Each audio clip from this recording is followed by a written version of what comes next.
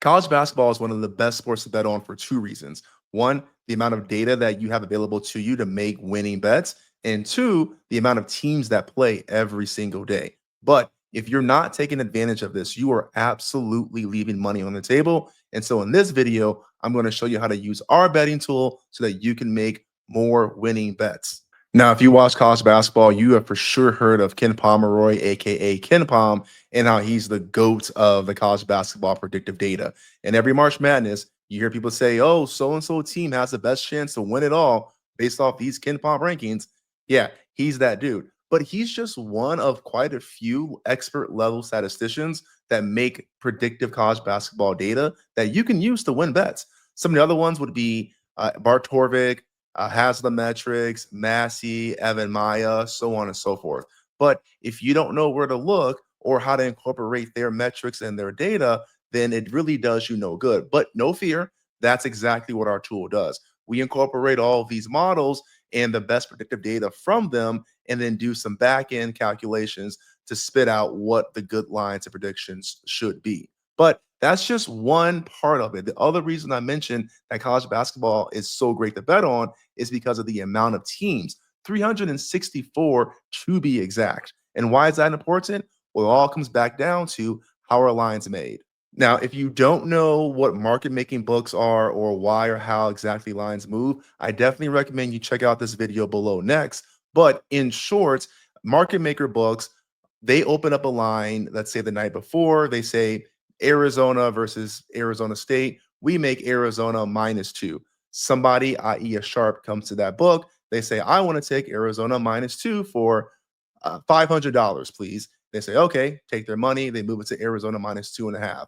Somebody next comes in and says, I want to take Arizona -2.5 for $1,000, please.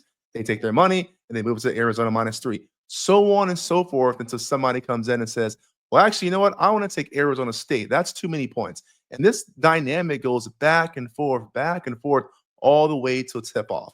Now, the reason I'm telling you all that is because, again, there are so many teams that play every day. You do get some action on some of these marquee matchups, these high profile Power Four conference teams, but there's some of these bottom feeders that people just don't pay attention to. And that's the beauty of this. That there are a lot of lines that you can pick off every single day. Now, I will tell you, as someone who's used this tool a lot, I find myself betting teams I've never watched in my life. I had a bet on Dartmouth versus Columbia today, where we had Dartmouth money line. I've never watched a game in my life, but there's edge there. They were -125 money line. They end up winning by like 23. So if you're in this to win money and to win more bets, you're going to find a lot of value. That doesn't mean that you won't get some of the marquee matchups and some of the high profile games, but generally speaking, in our experience at least, a lot of the value tends to come on some of these lesser brand teams. But hey, money is money, right?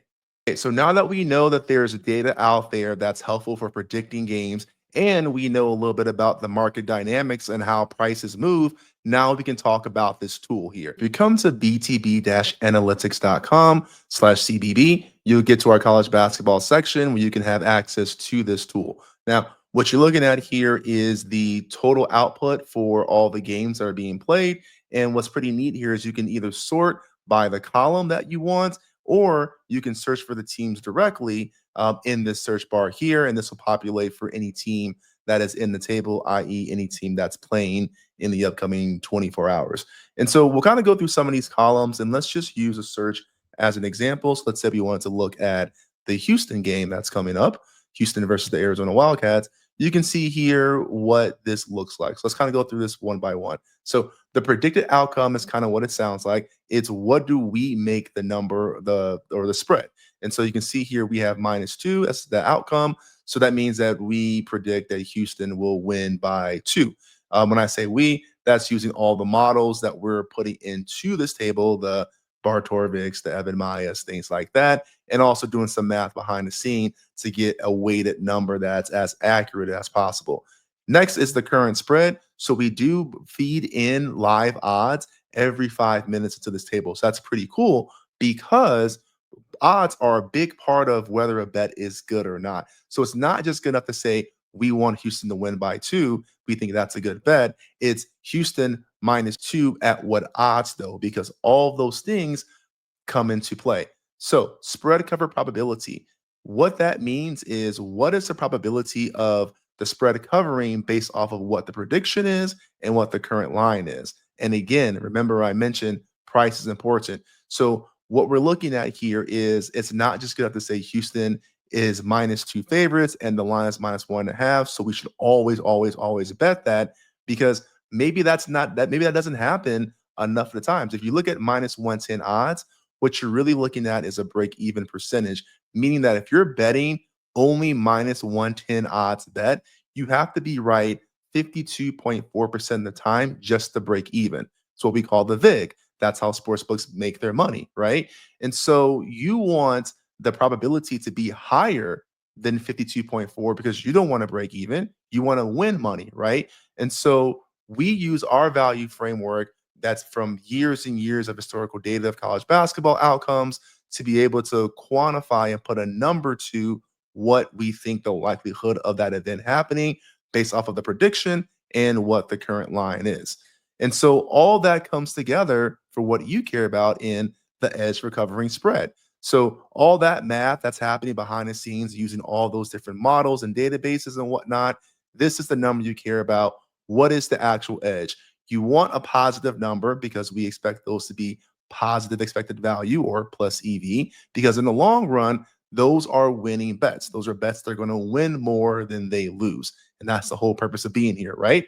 And so ideally, you want an edge of 2% or better, I would say, to be conservative. Now, it's up to you. It's completely how risk tolerant you are. You can say anything that's positive edge you want to take because technically you do have an advantage here. We like to say for the folks who are new here, always factor in a little bit of margin for error. It's why we play the game, right? But again, depends completely on what your risk tolerance is. Now, the new thing that we added that's really cool is this thing called spread consensus. And what this means is just how much do the different models that we're incorporating agree with each other? So let me give you an example. Let's say we have three models looking at the Houston game, and we get an average prediction of Houston winning by 2 points. But model A says Houston's going to win by 8 points. Model B says Houston's going to lose by 1 point. And model C says Houston's going to win by 3 points. You can see that's kind of all over the place. So, what do you really trust? Two models definitely say that Houston's going to win, but by very different amounts. One model has Houston losing.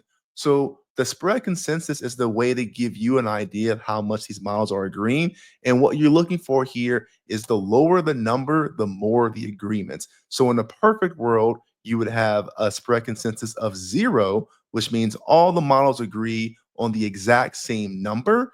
And if there's an edge there, that gives you the most sort of comfort. Now, that's a perfect world example. I can tell you in real life, you're never going to see that. It's being very, very, very rare, right? But don't use that or don't be afraid if the number's not 0. There's not really a number you shouldn't bet on if there's an edge there. It's more of just saying, again, how risk tolerant do you want to be? Do you want to stick to bets where only all the models are agreeing and saying the exact same thing? Or are you willing to have a little bit of disagreement and a little bit of wiggle room because it's still overall a good bet in your mind? I personally have taken bets with the spread consensus in the 3s and 4s. But again, I'm willing to take a little bit more of a risk. Just depends on where you are. Does not mean that bets with lower numbers are going to win necessarily. It just means that you have more agreement. So it may make you feel a little bit better if you're trying to be pretty conservative. Moving on, current money line. These are the money line odds. Again, the lines we shop in, we pull in every 5 minutes. And the money line win probability, again, just like the name sounds, it's the probability. What's the likelihood that this team will win money line? So again, in this Houston game, we give them a 59.8% chance of just winning straight up. All right. The money line edge is what I want to talk about, though, because this is maybe not what it seems if you're new to college basketball odds and trying to price games. Implied probability is the name of the game here. So when you're looking at any odds in any sports book ever, just know that those odds -110, +200, whatever it may be, is just a converted probability. And once you start thinking about it this way, it becomes a lot easier to spot good and bad bets. And I'll explain to you right now. If you've never heard of that, though, get a full explanation at this video below. But suffice it to say, really all you're doing is taking those odds and converting them into a probability. So in this example, we see that Houston is money line minus 125. What does that mean? That means the sports book is saying that they give Houston a 55% chance of winning this game. That's all minus 125 means. And so you can see here, we have a money line win probability. We say Houston has a 59.8% chance of winning. So pretty much 60% chance of winning, right?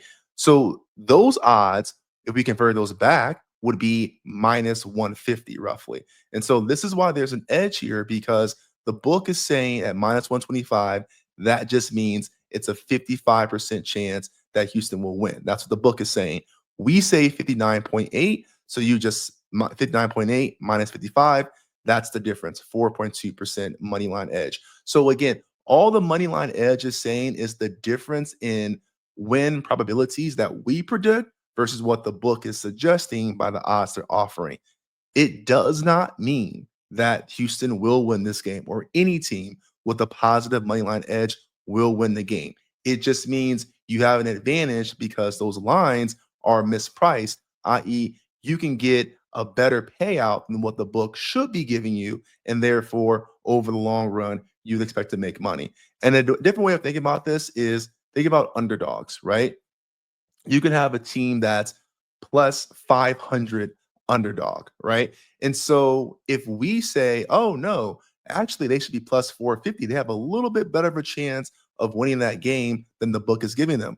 It doesn't mean that you should run and make that bet because they're for sure going to win because it's mispriced. It just means if they do win, you're going to get a better payout than what you otherwise would have gotten. So I hope that makes sense. If you haven't heard of implied probabilities, or you don't know how to calculate odds and get them back to percentages, definitely watch this video below. We go all into that. Okay, and then moving on, we have Moneyline consensus. Same thing like spread consensus. This is just saying how much do these models agree. You'll notice that this is the only one that's in percentages. And the reason being is that you're looking at the Moneyline predictions. These models that we're using are just saying, what is the percent chance these teams will win? So you're not spending on the number because the number is going to be they just won, right? And so it's what percent confidence do these models have that the team will win? And that's why it's in percentage. But again, the lower the number, the more the agreements. And so the more comfortable you may feel, the higher the number, the more the disagreement on exactly how confident these models are that they will win. And so again, still could be a good bet. Just understand it's a little bit of potentially a little riskier of a bet. Okay, moving on to the totals. Same exact thing. Predicted totals, what we make the total. The market total is the current line or current odds that are being offered. You have the over and under cover probability, over and under edge, and then again, the total consensus. How much do these models agree? So pretty straightforward there. Hope that helps. I have to be honest with you. You are probably not going to win a lot of college basketball bets just using your gut. I know people talk about knowing ball and understanding team dynamics, et cetera, et cetera. And yeah, that's definitely important to have context of the game, but that's not enough on its own to make winning bets over the course of an entire season. You'll see people talk about this. Vegas is not just going off of guts and feels and vibes for winning long term. It's why Vegas makes so much money off of sports bettors, especially amateur sports bettors. And this little fun fact, the 2024 Nevada gaming revenue report came out a couple of months ago, looking at all of Las Vegas, or really all of Nevada sports books and their revenue and where they make their money. By far, the number one moneymaker for Vegas was basketball, meaning people lose basketball bets, or they made the most money off of people betting basketball because they're not using the tools at their advantage. And it's really a shame because in college basketball, you have access to data and tools unlike any other sport that normal people can have access to. And so really hope people start taking advantage of this and start winning more bets, because hey, Vegas is not your friend. The sportsbooks aren't your friend. So you should do everything you can to take as much money from them as you can, because they're definitely trying to take it from you. Okay. I hope you liked this video. If you did, please give us a like. Please give us a subscribe. And as always, good luck.